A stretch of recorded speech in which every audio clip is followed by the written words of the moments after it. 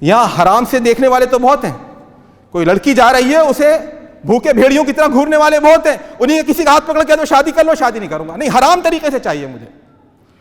اسی مطلب ایک ہی محلے میں ایک ہی بستی میں لڑکیاں بوڑھی ہو رہی ہوں گی اور لڑکے بوڑھے ہو رہے ہوں گے، شادی نہیں کریں گے، حرام کاری کے لیے تیار ہیں۔ یہ ہے کمبخت سماج، یہ ہے بدبخت سماج۔ ان الحمد للہ نحمده ونستعینه ونستغفره ونؤمن به ونتوکل علیہ ونعوذ باللہ من شرور انفسنا ومن سیئات اعمالنا من يهده الله فلا مضل له ومن يضلل فلا هادي له ونشهد ان لا اله الا الله وحده لا شريك له ونشهد ان محمدا عبده ورسوله وبعد، قال الله تبارك وتعالى في القرآن المجيد والفرقان الحميد، اعوذ بالله من الشيطان الرجيم، بسم الله الرحمن الرحيم، لقد كان في قصصهم عبرة لأولي الألباب ما كان حديثا يفترى ولكن تصديق الذي بين يديه وتفصيل كل شيء وهدى ورحمة لقوم يؤمنون۔ صدق اللہ العظیم۔ رب اشرح لي صدری ويسر لي امری واحلل عقدۃ من لسانی یفقہوا قولی۔ محترم بزرگوں، دوستوں اور ساتھیوں، اللہ تعالیٰ کے ہم پر بے شمار احسانات ہیں۔ ان احسانوں میں سب سے بڑا احسان خود اس کی نگاہ میں ہے قرآن کریم۔ اس نے سورہ رحمان میں جہاں اس نے اپنے احسانات گنائے ہیں، وہاں پہلے نمبر پر ذکر کیا ہے الرحمن علم القرآن، قرآن کی تعلیم۔ قرآن ہمارے لیے سرچشمہ رشد و ہدایت ہے، ہمارے لیے ماخذ خیر و سعادت ہے۔ دنیا اور آخرت کی تمام بھلائیاں ہماری اس کتاب پر عمل کرنے سے وابستہ ہیں۔ قرآن کریم احکام پر بھی مشتمل ہے، تعلیمات پر بھی مشتمل ہے۔ اسی طرح قرآن کریم کا ایک بہت بڑا حصہ ہے جو انبیاء علیہم الصلاۃ والسلام کے واقعات، ان کی سیرت، ان کی زندگیوں سے بحث کرتا ہے۔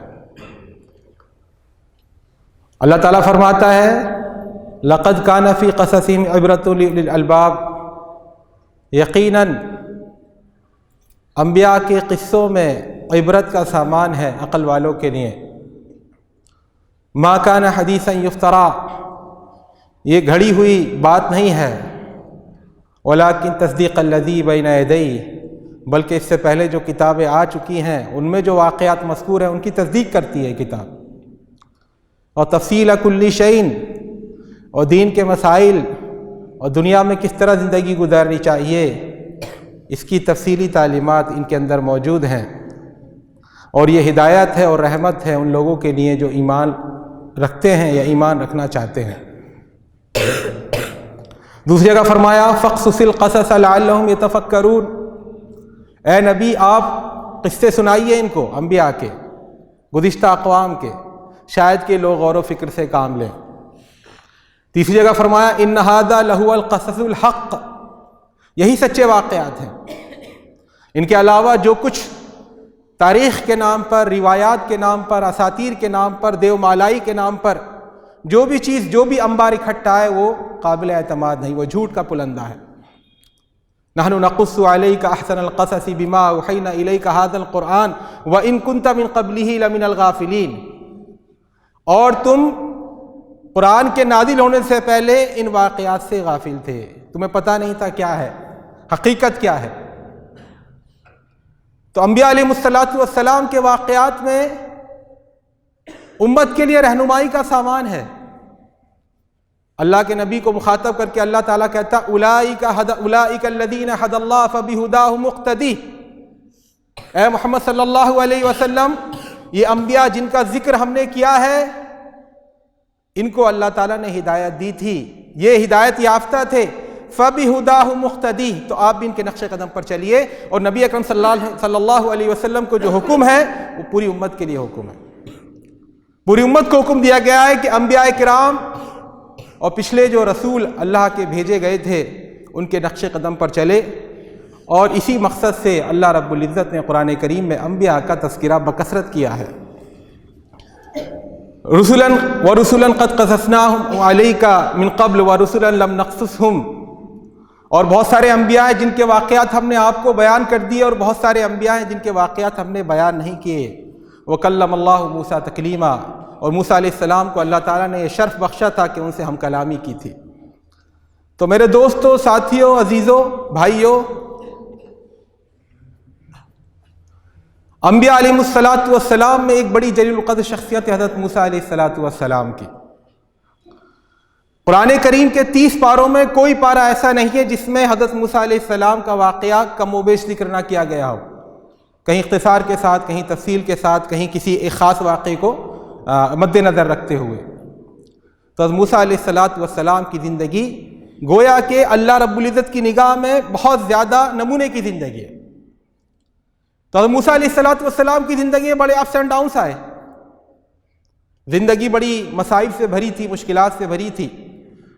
اسی میں ایک موقع وہ آیا کہ ان کے ہاتھ سے نادانستہ ایک قتل ہو گیا، اور فرعون اس کے کارندے ظالمانہ انداز میں ان کے پیچھے پڑ گئے کہ انہیں قتل کریں گے۔ ان الملا یأتمرون بک، وہ پیچھے سازشیں رچ رہے تھے کس طرح موسیٰ سے چھٹکارا پائیں۔ اس وقت موسیٰ علیہ الصلاۃ والسلام نے، اس وقت تک نبی نہیں تھے، یہ بہتر سمجھا، ایک صاحب ایمان کے مشورے سے، ایک نیک آدمی کے مشورے سے بہتر سمجھا کہ وہاں سے مصر سے چلے جائیں، کسی ایسے علاقے میں جو فرعون کی قلمرو سے باہر بھی ہو اور زیادہ دور بھی نہ ہو۔ ان کی نگاہ انتخاب مدین شہر پر پڑی۔ مدین میں جب وہ پہنچے تو وہاں پر کنویں کے پاس پہنچے تو وہاں لوگ پانی پلا رہے تھے، وہاں 2 لڑکیاں کھڑی تھی۔ حضرت موسیٰ نے ان کی بکریوں کو پانی پلا دیا، لڑکیوں کے والد نے ان کو بلا کر کے اپنے گھر میں رکھا، اور بعد میں اپنی ایک بیٹی کی شادی کر دی ان سے، اور پھر 8 یا 10 سال گزارنے کے بعد حضرت موسیٰ علیہ الصلاۃ والسلام واپس مصر لوٹے تو راستے میں ان کو نبی بنایا گیا۔ یہ اس کا خلاصہ ہے۔ قرآن کریم کہتا ہے فلما ورد ماء مدین وجد علیہ امۃ من الناس یسقون، جب موسیٰ علیہ الصلاۃ والسلام مدین کے گھاٹ پر، مدین کے پانی پر پہنچے تو وہاں لوگوں کی ایک جماعت کو دیکھا، وہ اپنی بکریوں کو، اپنے جانوروں کو پانی پلا رہے تھے۔ وَوَجَدَ مِن دُونِهِمْ امْرَأَتَيْنِ تَذُودَانِ، اور وہیں پر مردوں سے علیحدہ 2 لڑکیوں کو کھڑے ہوئے پایا جو اپنی بکریوں کو روک رہی تھیں۔ قَالَ مَا خَطْبُكُمَا، اور موسیٰ نے کہا تمہاری پرابلم کیا ہے؟ لڑکیوں نے جواب دیا قَالَتَا لَا نَسْقِي حَتَّى يُصْدِرَ الرِّعَاءُ، ہم پانی نہیں پلائیں گی اپنی بکریوں کو جب تک کہ تمام چرواہے اپنے جانوروں کو پانی پلا کر چلے نہ جائیں، لوٹ نہ جائیں۔ وَأَبُونَا شَيْخٌ كَبِيرٌ، اور ہمارے والد بوڑھے ہیں۔ فَسَقَىٰ لَهُمَا، حضرت موسیٰ علیہ الصلاۃ والسلام نے ان کی بکریوں کو پانی پلا دیا۔ ثُمَّ تَوَلَّىٰ إِلَى الظِّلِّ، اور پھر سائے کی طرف پیٹ پھیر کر چلے گئے۔ وَقَالَ رَبِّي لِمَا أَنزَلْتَ إِلَيَّ مِنْ خَيْرٍ فَقِيرٌ، اے رب جو بھی تو خیر میرے اوپر نازل کر دے میں اس کا محتاج ہوں۔ یہاں کئی باتیں غور طلب ہیں، کئی چیزوں میں ہمارے لیے عبرت اور نصیحت کا سامان ہے۔ وہ لڑکیاں مومن لڑکیاں تھیں، شریف لڑکیاں تھیں، عزت دار لڑکیاں تھیں، ان کے والد نے ان کی دینی تعلیم و تربیت پر دھیان دیا تھا۔ تو حضرت موسیٰ علیہ الصلاۃ والسلام ہفتہ 10 دن کے سفر طے کر کے، مسافت لمبی طے کر کے مدین پہنچے ہیں۔ سب سے پہلے وہاں فکر ہوئی پانی کہاں پئیں، پیاسے رہے ہوں گے، نہ کوئی گھر تھا، نہ کوئی در تھا، نہ کوئی رشتہ دار تھا، نہ کوئی ایڈریس اور پتہ تھا، نہ کوئی ہوٹل تھا، نہ جیب میں پھوٹی کوڑی تھی، بس اللہ پر بھروسہ کر کے چل دیے تھے۔ مصر سے وہاں پہنچے تو پانی پینے کے لیے لوگوں سے پوچھا، لوگوں نے بتایا وہاں کنواں ہے۔ پہلے زمانے میں کنویں ہوتے تھے، تالاب ہوتے تھے، وہ پوری بستی کی ضرورت پوری کرتے تھے۔ وہاں لوگ لے جا کر اپنے جانوروں کو پانی پلاتے تھے، کنویں سے پانی نکال کر کے باہر بندی ہوئی ناند میں پانی اڈیل دیا کرتے تھے اور اس میں اپنے جانوروں کو پانی پلاتے تھے۔ حضرت موسیٰ نے دیکھا کچھ لوگ پانی پلا رہے ہیں بکریوں کو، گایوں کو، بیلوں کو، بھینسوں کو، لیکن ان سے الگ ہٹ کر کے 2 لڑکیاں کھڑی ہیں دور۔ قرآن کہتا ہے وَجَدَ مِن دُونِهِمْ، مردوں کے بیچ میں نہیں تھیں، مردوں کے ساتھ نہیں تھیں، مردوں کے اندر نہیں تھی، بلکہ مردوں سے کافی دور کھڑی تھی۔ امرأتین تذودان، اور جانور ہوتا ہے، ان کی بکریاں پانی کو دیکھ کر للچا رہی تھی، جھپٹ رہی تھی بار بار، اور ان بکریوں کو پانی کی طرف بھاگنے سے روکنے میں ان دونوں لڑکیوں کو بڑی پریشانی پیش آ رہی تھی۔ تزودان قرآن کہتا ہے، روک رہی تھی، بڑی مشکل سے روک رہی، بڑی مشکل سے قابو میں آ رہی تھی۔ قال ما خطبکما، اچھا وہ دھوپ میں تھیں، ایسا نہیں وہاں سایہ تھا، لڑکیاں سائے میں کہیں کھڑی تھیں، کیونکہ قرآن آگے کہتا ہے ثم تولی الی الظل، حضرت موسیٰ نے جب پانی پلا دیا تو پھر سائے کی طرف چلے گا، یعنی کہ وہ لڑکیاں دھوپ میں کھڑی تھیں، دو جوان لڑکیاں ہیں، مردوں کے بیچ میں گھسنے کی ہمت نہیں کر پا رہی ہیں کیونکہ عزت دار ہیں، شریف ہیں۔ حضرت موسیٰ نے ان کو دیکھا تو کہا ما خطبکما، تمہاری مصیبت کیا ہے؟ جو عربی زبان جانتے ہیں بچے وہ جانتے ہیں خطب معنی مصیبت ہوتا ہے، اس کے اندر میٹر کا مفہوم بھی آتا ہے، معاملے کا مفہوم بھی آتا ہے، لیکن ثانوی طور پر تمہارے مسئلہ کیا ہے، تمہاری پریشانی کیا ہے، تمہاری مصیبت کیا ہے؟ قال ما خطبکما، تمہارا مسئلہ کیا ہے؟ تو دونوں لڑکیاں جواب دیتی ہیں۔ اب دیکھیے لڑکیوں کی مینٹلٹی، مسلمان لڑکیاں، شریف لڑکیاں، جن کا ذہن دینی ہے، جن کی تربیت دینی ہے، ان سے ایک اجنبی لڑکا آ کر کے کہہ رہا ہے تم الگ کیوں کھڑی ہو مردوں سے، مردوں کے بیچ میں گھس جاؤ، بھیڑ میں گھس جاؤ اور کہو ہم عورتیں ہیں، ہمارا پہلا حق ہے، مردوں سے کندھوں سے کندھا چھینو۔ تو لڑکیاں کہتی ہے لا نسقی، یہ نہیں کہہ رہی کہ کوئی مسئلہ نہیں، کہہ رہی ہے کہ ہم پانی نہیں پلائیں گے اپنی بکریوں کو جب تک کہ چرواہے پانی پلا کر واپس نہ چلے جائیں، وَأَبُونَا شَيْخٌ کبیر، اور ہمارے والد بوڑھے ہیں۔ حضرت موسیٰ نے اتنا لمبا سوال نہیں کیا تھا، کیوں کھڑی ہو، بکریوں کو کیوں نہیں پلا رہی ہو، اور اگر پلا نہیں رہی ہو تو تمہارے ساتھ کوئی مرد کیوں نہیں ہے، تمہارے گھر میں کوئی مرد نہیں، تم کیسے اکیلی آ گئیں؟ کہ وہ بتاتی ہمارے گھر میں بوڑھے والد ہیں، ایسا نہیں۔ لڑکیوں نے سوچا ایک اجنبی نوجوان ہم سے بلا وجہ آ کر بات کر رہا ہے، تو انہوں نے ایسا جواب دیا کہ آگے بات کرنے کے موقع ختم ہو جائیں۔ حضرت موسیٰ کہتے ہیں کیا پرابلم ہو؟ کہتے ہیں کوئی پرابلم نہیں، کچھ پرابلم تو ہے، کچھ بکریاں دکھائی دے رہی ہیں کہ نہیں پانی پلانا تو پلا لو، نہیں بھیڑ چھٹ جائے گی، تو ارے گھس جاؤ اس میں، کہ نہیں ہم جب تک چلے نہیں جائیں گے جب تک پانی نہیں پلائیں گے۔ اچھا بڑی شریف بنتی ہو، اتنی شریف ہو تو اپنے بھائی کو کیوں نہیں بھیجا، اپنے والد کو کیوں نہیں بھیجا اس کام کے لیے کہ ہمارے والد بوڑھے ہیں؟ لمبی بات ہو سکتی تھی۔ ایک اجنبی لڑکا ایک اجنبی لڑکیوں سے باتیں کر رہا ہے، دو اجنبی لڑکیوں سے باتیں کر رہا ہے، تو اسلام ایک ماڈل کے طور پر پیش کر رہا ہے۔ قرآن یہ فالتو کتاب نہیں، یہ انٹرٹینمنٹ کے لیے اسٹوری نہیں سنا رہا، قرآن نصیحت کے لیے سنا رہا ہے۔ ایک اجنبی لڑکا کہہ رہا ہے کہ کیا پرابلم ہے، لڑکیاں کہہ رہی ہیں ہم پانی نہیں پلائیں گی جب تک کہ سب چلے نہ جائیں، یہ نہیں کہا جب تک بھیڑ کم نہ ہو جائے، بھیڑ کم ہو جائے گی تو گھس جائیں گے، ہم نہیں، حتیٰ یصدر الرعاء، سب کے سب نہ چلے جائیں، اور ہمارے والد بوڑھے ہیں، ہمارے بھائی اگر کوئی ہوتا تو اتنا بےغیرت نہ تھا، ہمارے والد کے اندر اگر توانائی ہوتی، جان ہوتی تو اتنے بےغیرت نہ تھے کہ خود گھر پر جو ہے چارپائی توڑتے رہتے، اور جوان لڑکیوں کو کہتے جاؤ باہر سے سودا لے کر آؤ، جاؤ باہر کا کام کرو، جاؤ بازاروں میں گھومتی پھرو۔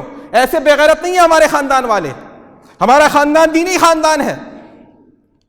یہ اسلام کا مزاج ہے۔ اسلام کہتا ہے مردوں کی دنیا الگ ہے، عورتوں کی دنیا الگ ہے، دونوں کا دائرہ کار الگ ہے، دونوں ایک دوسرے کے دائرہ کار میں آ سکتے ہیں۔ عورت کا دائرہ کار ہے گھر، اور مرد کا دائرہ کار ہے باہر کی معاشی سرگرمیاں۔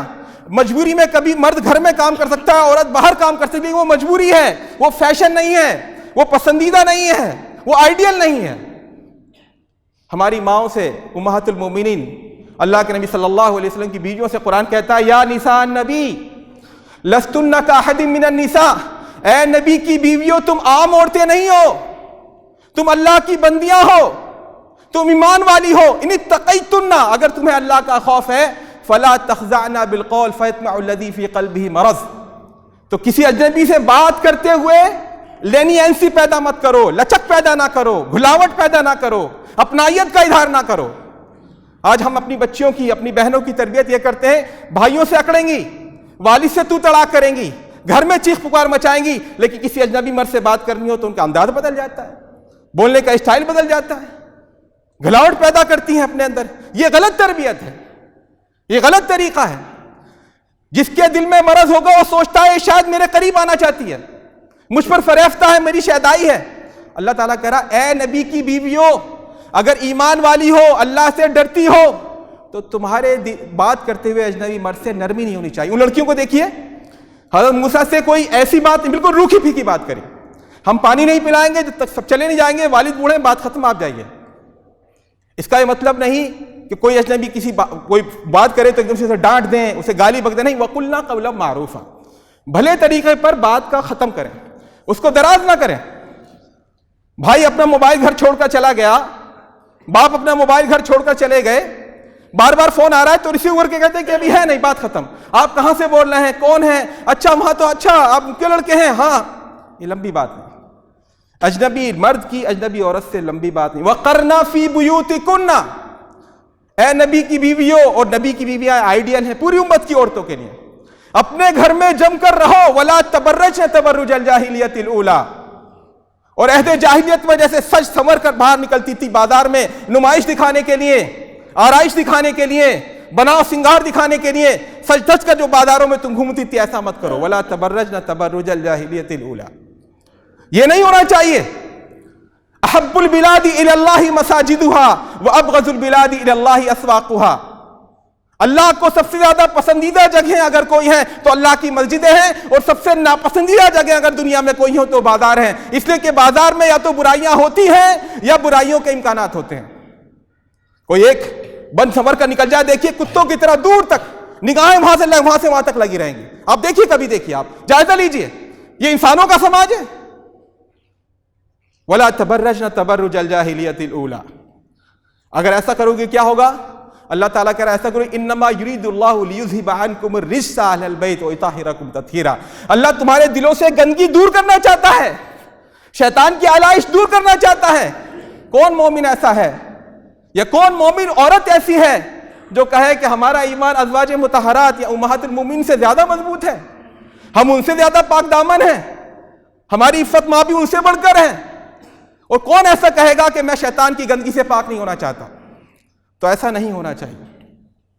قُل لِّلْمُؤْمِنِينَ يَغُضُّوا مِنْ أَبْصَارِهِمْ وَيَحْفَظُوا فُرُوجَهُمْ, ایمان والوں سے کہہ دو اے اللہ کے رسول, کسی اجنبی عورت پر نگاہ پڑ جائے تو اپنی نگاہ نیچی کر لیں اور اپنی شرمگاہوں کی حفاظت کریں. یہ ان کے لیے زیادہ پاکیزہ ہے, زیادہ بہتر ہے. اگر اور اللہ بے شک جانتا ہے جو کچھ تم کرتے ہو. عام طور پہ سمجھا جاتا ہے مرد کو تو نگاہ نیچی رکھنی چاہیے, عورتوں کو نگاہ نیچی رکھنے کی ضرورت نہیں. وہ برقع پہنے ہوئے چاہے جس کو تاڑتی رہیں, چاہے جس کو گھورتی رہیں, ان کو نگاہ نیچے کرنے کی ضرورت نہیں. اگلی آیت میں کہا وَقُلْ لِلْمُؤْمِنَاتِ يَغْضُضْنَ مِنْ أَبْصَارِهِنَّ وَيَحْفَظْنَ فُرُوجَهُنَّ, ایمان والی عورتوں سے بھی کہہ دیا کہ اپنی نگاہ نیچی رکھا کریں اور اپنی عزت اور ناموس کی حفاظت کریں, اور اپنی آرائش کا اظہار کرتی نہ گھومیں. الا ما ظہر منہا, خود بخود ان کا وجود خود ایک زینت ہے. زین للناس حب الشہوات من النساء والبنین, عورتوں کا وجود خود ایک زینت ہے. تو اگر کبھی وہ کسی کام سے باہر جائیں تو الگ بات ہے, لیکن اپنی آرائش کا, اپنی خوبصورتی کا اظہار کرتے نہ گھومیں. اس کو پسند نہیں کرتا اسلام. تو حضرت موسیٰ علیہ السلام نے ان سے کہا کیا مصیبت ہے؟ انہوں نے کہا کہ ہمارے والد بوڑھے ہیں اور ہم شریف ہیں, ہم عزت دار ہیں. اگر ہمارا کوئی بھائی جوان ہوتا تو اتنا بے غیرت نہ تھا کہ بازار کے لیے ہمیں بھیجتا, خود گھر پہ بیٹھتا. ہمارے والد میں اگر جان ہوتی تو ہمارے والد اتنے دیوس نہیں تھے, بے غیرت اور بے حیا نہیں تھے کہ جوان لڑکیوں کو اور عورتوں کو باہر بازار میں بھیجتے اور خود گھر میں بیٹھتے. ایسا نہیں تھا, مجبوری ہے. ابونا شیخ کبیر, بوڑھے ہیں. حضرت موسیٰ نے پھر ایک لفظ نہیں بولا, فسقا لہما, بکریوں کو پکڑا, لے جا کر پانی نکالا, پانی پلا دیا. ثم تولی الی الظل, اور پھر سائے کی طرف پیڑ پھیر کر, قرآن کہ تولا یعنی منہ پلٹ کر نہیں دیکھا لڑکیوں کی طرف, یہ نہیں دیکھا کچھ شکریہ کے جذبات ہیں چہرے پر کہ نہیں, تھینک یو, شکریہ, مہربانی, لطف و کرم, عنایت, ایسا کچھ نہیں, کچھ نہیں. نہ کوئی ایکسپیکٹیشن تھی ان کی, نہ لڑکیوں نے کچھ کہا. ثم تولی الی الظل, پھر سائے کی طرف چل دیے اور یہ دعا مانگی, ربی انی لما انزلت الی من خیر فقیر, اے رب تو خیر جو بھی میری طرف نازل کر دے میں اس کا محتاج ہوں. علماء کرام فرماتے ہیں آپ کو اگر اپنی دعا قبول کروانی ہے تو پہلے کوئی بھلائی کیجئے, صدقہ کیجئے, کوئی نیکی کیجئے, پھر دعا مانگی. اللہ تعالیٰ اس کے بارے میں امید ہے کہ ایسی دعا ضرور قبول کرے گا. حضرت موسیٰ نے یہی کام کیا, ایک بھلا کام کیا, تو اس کے بعد دعا مانگ رہے, اے رب تو جو خیر بھی میری طرف نازل کر دے میں اس کے لیے اس کا محتاج ہوں. تو اجنبی مرد عورت میں یہیں سے شروعات ہوتی ہے. کوئی ذرا سی ہیلپ کر دے, شکریہ, کہاں شکریہ, کہاں کے رہنے والے, اچھا ہاں, اس کے بعد پھر بات کی کتی جاتی ہے, پھر فساد برپا ہوتا ہے. اللہ کے نبی صلی اللہ علیہ وسلم نے ارشاد فرمایا, ان اللہ قد کتب علی ابن آدم حظہ من الزنا, اللہ تعالیٰ نے ہر انسان کے اوپر زنا کا ایک کوٹا لکھ دیا ہے. ادرک ذالک لا محالہ, وہ لازم کر کے رہتا ہے زنا. کیا ہے اس کی علامت؟ فزنا العین النظر, آنکھوں کا زنا ہے گھور کر دیکھنا, تاڑنا, نامحرم کو، اجنبی عورت کو لطف اندوز ہونا کتنی خوبصورت ہے، کتنا حسن و جمال ہے، یہ ہے آنکھ کا زنا۔ وزنا اللسان المنطق، اور زبان کا زنا یہ ہے کہ آدمی بات کرے، میٹھی میٹھی باتیں کرے، اپنائیت کی اظہار کرے، یہ زنا کی شکل ہے۔ والنفس تتمنا وتشتہی، اور اندر جو شیطان ہے نفس کی شکل میں وہ تمنائیں کرتا ہے، ہاں اور آگے بڑھو، اور تھوڑی قریب لاؤ، اور تشتہی شہوت میں مبتلا ہو جاتا ہے۔ والفرج یصدق ذلک او یکذب، اور شرمگاہ پھر چاہے اس کی تصدیق کر دیتی ہے چاہے اس کی تکذیب کر دیتی ہے۔ یعلم خائنۃ الاعین وما تخفی الصدور، اللہ آنکھوں کی خیانت کو جانتا ہے اور دلوں میں جو راز پوشیدہ ہے وہ جانتا ہے۔ امام ابن شہاب زہری رحمۃ اللہ علیہ فرماتے ہیں خائنۃ الاعین کا مطلب ہے کسی اجنبی عورت کو دیکھنا، کسی اجنبی عورت کو دیکھنا، یہ اسلام اس کی اجازت نہیں دیتا، دونوں کا دائرہ الگ ہے۔ اور آج جو ہمارے سماج میں جو اباحیت اور بے پردگی اور بے حیائی اور آوارگی اور بد چلنی کا جو دور دورہ ہے، اس کی بنیادی وجہ یہ ہے کہ ہم نے مرد عورت کے حوالے سے جو اسلامی تعلیمات ہیں ان کا پالن کرنا، ان کی اطاعت کرنا، ان پر چلنا، انہیں برتنا، ان کے مطابق زندگی گزارنا چھوڑ دیا۔ بہرحال وہ دونوں لڑکیاں چلی گئیں، روزانہ 4 بجے پہنچتی تھی، آج 2 بجے یا 1 بجے پہنچ گئی۔ والد نے کہا کیا بات ہے آج جلدی کیسے آ گئے؟ انہوں نے کہا ایک اجنبی لڑکا تھا، اس نے آ کر کہا، اور اس نے خود بخود بغیر کسی وجہ کے ہماری بکریوں کو پانی پلا دیا۔ والد نے کہا اس کمبخت سماج میں تو پہلے کسی کو توفیق نہیں ہوئی، یہاں حرام سے دیکھنے والے تو بہت ہیں، کوئی لڑکی جا رہی ہے اسے بھوکے بھیڑیوں کی طرح گھورنے والے بہت ہیں، انہیں کسی کا ہاتھ پکڑ کے تو شادی کر لو، شادی نہیں کروں گا، نہیں حرام طریقے سے چاہیے مجھے۔ اسی مطلب ایک ہی محلے میں ایک ہی بستی میں لڑکیاں بوڑھی ہو رہی ہوں گی اور لڑکے بوڑھے ہو رہے ہوں گے، شادی نہیں کریں گے، حرام کاری کے لیے تیار ہیں۔ یہ ہے کمبخت سماج، یہ ہے بدبخت سماج۔ تو والد نے کہا آج تک تو کسی نے ایسی ہمدردی نہیں کری، آج کیا ہو گیا؟ یقیناً وہ اجنبی ہے۔ کہا جاؤ بلا کر لاؤ۔ تو لڑکی آئی ہے، فجاءت احداہما تمشی علی استحیاء قال ان ابی یدعوک لیجزیک اجر ما سقیت لنا۔ ہمارے والد صاحب، ایک لڑکی آئی حیا کی چال چلتے ہوئے اور کہا والد صاحب آپ کو بلا رہے ہیں کہ آپ نے جو پانی پلایا ہماری بکریوں کو اس کی اجرت دیں، نوٹ کر لیے اس بات، اجرت، مزدوری دیں، دہاڑی دیں، آپ نے جو کام کیا ہے، یعنی کہ آپ کی مہمانداری کریں، آپ کی دہاڑی دیں۔ فلما جاءہ، حضرت موسیٰ آ گئے، وقص علیہ القصص، اور پھر پورا واقعہ بیان کیا۔ دیکھیے اب تک مرد عورت کے بیچ بات تھی، تو حضرت موسیٰ نے پوری گفتگو میں ایک لفظ استعمال کیا، ما خطبکما، بس۔ لیکن جب والد مرد سے بات کر رہا ہے، قص علیہ القصص، پورا واقعہ، میں موسیٰ ہوں، وہاں کا رہنے والا ہوں، ایسے ایسے میری والدہ بڑی نے مجھے پالا پوسا، ایسے ایسے، پوری بات بیان، مرد سے مرد کی بات ہو رہی ہے، مرد سے مرد کی بات ہو رہی ہے پوری تفصیل سے۔ وقص قال لا تخف نجوت من القوم الظالمین، والد نے کہا، بوڑھے نے کہا جو ان کے لڑکیوں کے والد تھے، آپ ڈرے نہ، اب آپ ظالم قوم سے نجات پا گئے۔ تو دیکھیے اللہ تعالیٰ فرماتا ہے دونوں لڑکیاں نہیں آئی، ایک لڑکی آئی۔ اسی کو عربی زبان میں کہتے ہیں، عربی کا قاعدہ الضرورت تقدر بقدرها، جتنی ضرورت ہو اتنے ہی لوگ جائیں۔ ہمارے ہاں جو الٹا چلن ہے، سوٹ ایک کو لینا ہے 4-5 جائیں گے، ایک دکان پر جانا ہے 10 گھنٹے لگائیں گی، 15 منٹ کا کام ہے 2 گھنٹے میں واپس آئیں گی، اور کسی کو پرواہ نہیں۔ اللہ کے نبی صلی اللہ علیہ وسلم ثلاثۃ لا يدخلون الجنۃ، 3 آدمی جنت میں نہیں جا سکتے۔ نمبر 1 الدیوس، نمبر 2 الرجیلۃ من النساء، نمبر 3 مدمن الخمر۔ مدمن الخمر یعنی شراب کا عادی، 3 لوگ جنت میں جائیں گے جو شراب پیتا ہو بہت۔ صحابہ کرام نے کہا مدمن الخمر کو تو ہم جانتے ہیں، دیوس کا مطلب کیا ہے؟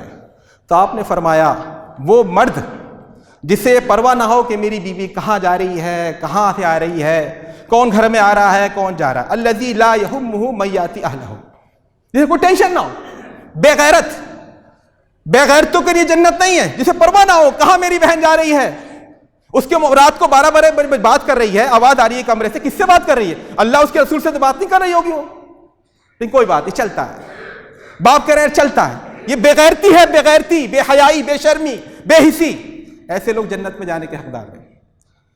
باپ نے دونوں لڑکیوں کو نہیں بھیجا، کہا جب بکریوں کی ضرورت تھی، بکریاں 2 عورتوں کے قابو میں آتی ہیں، 2 کو بھیجا، ایک کو کافی تھا، کہا بلا کے لاؤ۔ جات احداہما تمشی علی استحیاء، حیا کی چال چلتے ہوئے آئے، شرم کی چال۔ علی استحیاء و جات مستحییۃ، دونوں کا فرق عربی زبان جاننے والے جانتے ہیں۔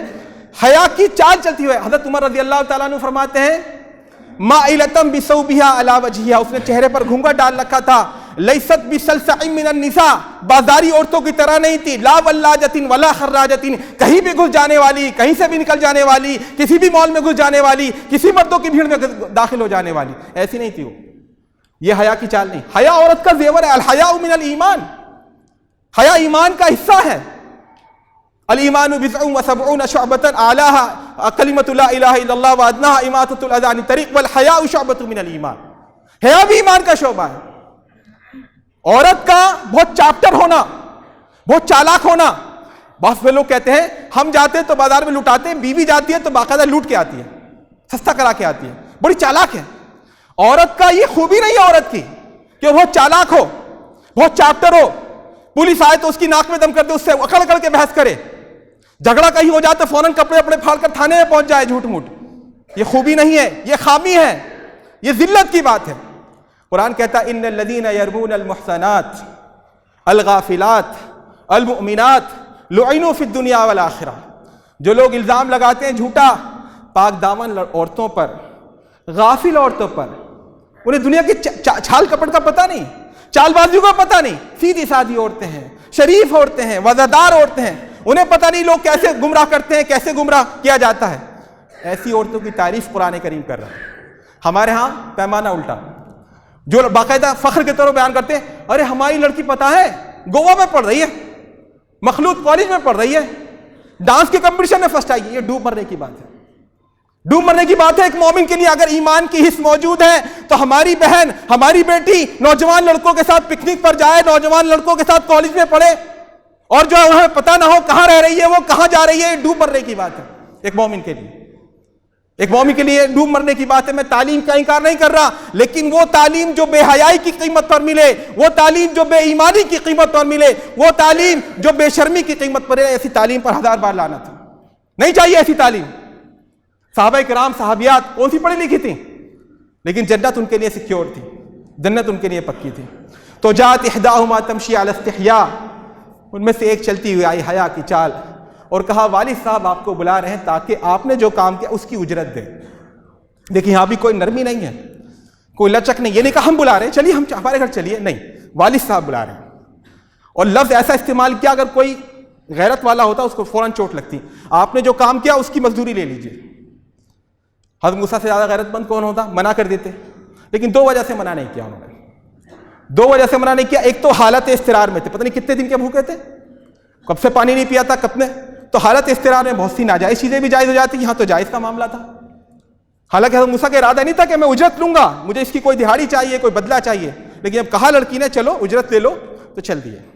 دوسری وجہ یہ تھی انہوں نے ابھی دعا مانگی تھی کہ اے رب تو جو بھی خیر میری طرف نازل کر دے میں اس کا محتاج ہوں. تو انہوں نے یہ اندازہ لگایا کہ یہ میری دعا کی قبولیت ہے، میں اس کا انکار کر کے کہیں اللہ کے رب العزت کا معتوب نہ ہو جاؤں، تو فوراً چل دیے. جب والد کے پاس پہنچے پوری بات بتائی. اگلے روز 2-3 روز کے بعد لڑکی نے کہا وقالت احداہما یا ابت استاجرہ ان خیر من استاجرت القوی الامین، اے والد محترم ان کو آپ مزدور رکھ لیجیے گھر میں.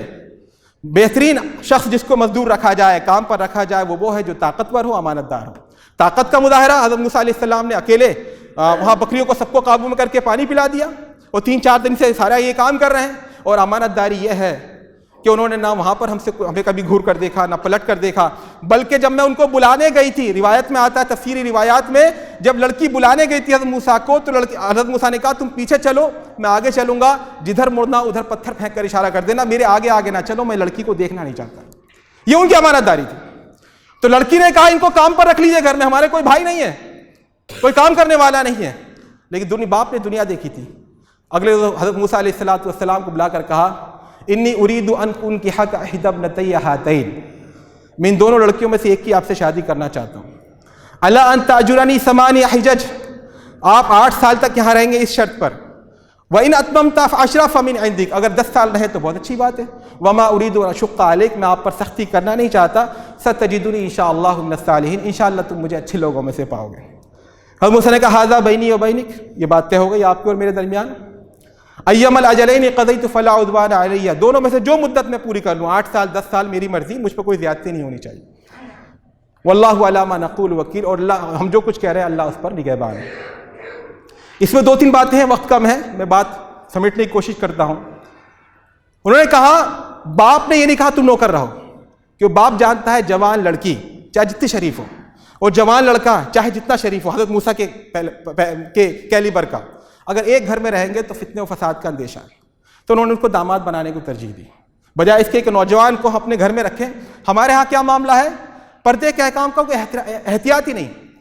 گاؤں کی لڑکی کہیں بھی آ گئی، بلیئر گنج سے کہیں اور بھی آ گئی، واپس آئے گی سارے بلیئر گنج کے لڑکے میرے بھائی ہیں. کب سے بھائی ہو گئے بھائی؟ جن عورتوں سے جن مردوں سے پردہ کھولنا جائز ہے ان کا تذکرہ تفصیل کے ساتھ قرآن میں موجود ہے. لیکن ہمارے ہاں کیا ہے، پڑوس کے بچپن سے آ رہے ہیں، پڑوسی بھائی ہے ہمارا، ساتھ ساتھ رہ رہے ہیں، بچپن سے ہمارے ساتھ رہے. بھائی آپ کے حساب سے شریعت نہیں چلے گی. چچا زاد بھائی، آپ کو اپنی چچا زاد بہن سے پردہ ہونا چاہیے. پھوپھی زاد بہن کو اگر وہ جوان ہے تو پردہ ہونا چاہیے. خالہ زاد بہن اگر جوان ہے تو پردہ ہونا چاہیے. ماموں زاد بہن جوان ہے تو پردہ ہونا چاہیے. ہمارے یہاں جوائنٹ فیملی، جوائنٹ بوڑھے والدین، کیا میرے بچے سارے ساتھ رہیں. ارے ساتھ رکھنا ہے تو پھر شریعت کو پامال تو نہ کریں. 4 بچے، ان کے بچے جوان ہو رہے ہیں، ساتھ اٹھ رہے ہیں، ساتھ بیٹھ رہے ہیں، بائک سے لینے جا رہے ہیں. کون کس کے ساتھ گئی ہے لڑکی؟ خالہ جان بھائی کے ساتھ گئی ہے. یہ شریعت کا مذاق ہے. اللہ رب العزت کے حکم کا یہ ان کی نافرمانی ہے. اللہ تعالیٰ کہہ رہا ہے امہات المؤمنین سے بھی اگر تم چاہو فَإِن سَأَلْتُمُوهُنَّ شَيْئًا فَاسْأَلُوهُنَّ مِن وَرَاءِ حِجَاب، پردے کے پیچھے سے مانگو. اور جو آمد اور ملاقات کے جو احکام ہے کہ کسی گھر میں نہ جاؤ جب تک کہ وہاں سلام نہ کرو، اور اگر کوئی نہ ہو وہ کہتے یہاں نہیں ہے تو واپس چلے جاؤ، یہ سب اسی لیے تو ہے کہ مرد اور عورت کا دائرہ کار الگ لگ رہا ہے. آج ہمارے زمانے میں جو ہاہاکار مچی ہے، نوجوان لڑکے بگڑ رہے ہیں، نوجوان لڑکیاں بگڑ رہی ہیں، اس کی بنیادی ایک وجہ یہ بھی ہے کہ ہم نے پردے کے بارے میں اور پردے خاندانی زندگی کے بارے میں جو شریعت کے احکام ہیں، جو شریعت کی تعلیمات ہیں، ان کو پس پش ڈال رکھا. تو میرے دوستوں اور ساتھیوں، میں یہ سب باتیں اس لیے آپ سے عرض کر رہا ہوں کہ آپ اپنی بہنوں کی تلقین کریں، آپ اپنے بچوں کو تلقین کریں، اپنے اہل خانہ کو تلقین کریں کہ ہمیں دین پر عمل کرنا ہے، دین کی تعلیمات پر عمل کرنا ہے. کلکم راعٍ وکلکم مسئول عن رعیتہ، تم میں سے ہر ایک ذمہ دار ہے، ہر ایک سے اس کی رعیت کے بارے میں پوچھا جائے گا، اور شوہر ذمہ دار ہے اپنے گھر والوں کا، اس سے اس کے بارے میں پوچھا جائے گا. یا ایھا الذین آمنوا قوا انفسکم واہلیکم نارا، اے ایمان والو اپنے آپ کو اور اپنے گھر والوں کو جہنم کی آگ سے بچاؤ جس کا ایندھن ہے انسان اور پتھر. تو میرے دوستوں اور ساتھیوں، آج ضرورت ہے کہ ہمارے نوجوان حضرت موسیٰ علیہ السلام کی سیرت اور زندگی کو اپنا آئیڈیل بنائیں، اور ہماری نوجوان بہنیں، ہماری بیٹیاں، ہمارے اہل خانہ، ہماری مائیں اور ہماری مومن عورتیں یہ حضرت 2 لڑکیوں کو اپنا آئیڈیل بنائیں، امہات المؤمنین کو اپنا آئیڈیل بنائیں، حضرت فاطمہ کو اپنا آئیڈیل بنائیں. اسی میں ہماری دنیا اور آخرت کی بھلائی ہے، اسی میں ہمارے تمام مسائل کا حل ہے. اقول قولی ھذا واستغفر اللہ لی ولکم ولسائر المسلمین فاستغفروہ انہ هو الغفور الرحیم.